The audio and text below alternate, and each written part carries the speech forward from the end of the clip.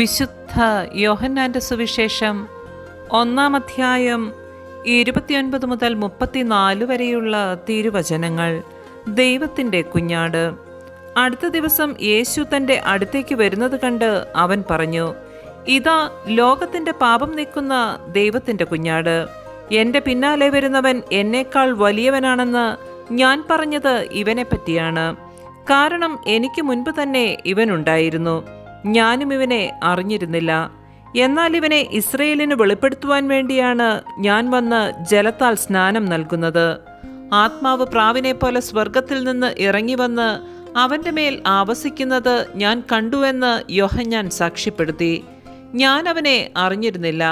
എന്നാൽ ജലം കൊണ്ട് സ്നാനം നൽകാൻ എന്നെ അയച്ചവൻ എന്നോട് പറഞ്ഞിരുന്നു, ആത്മാവ് ഇറങ്ങി വന്ന് ആരുടെ മേൽ ആവസിക്കുന്നത് നീ കാണുന്നുവോ, അവനാണ് പരിശുദ്ധാത്മാവ് കൊണ്ട് സ്നാനം നൽകുന്നവൻ. ഞാനത് കാണുകയും ഇവൻ ദൈവപുത്രനാണ് എന്ന് സാക്ഷ്യപ്പെടുത്തുകയും ചെയ്തിരിക്കുന്നു. നമ്മുടെ കർത്താവായ മിശിഹായ്ക്ക് സ്തുതി.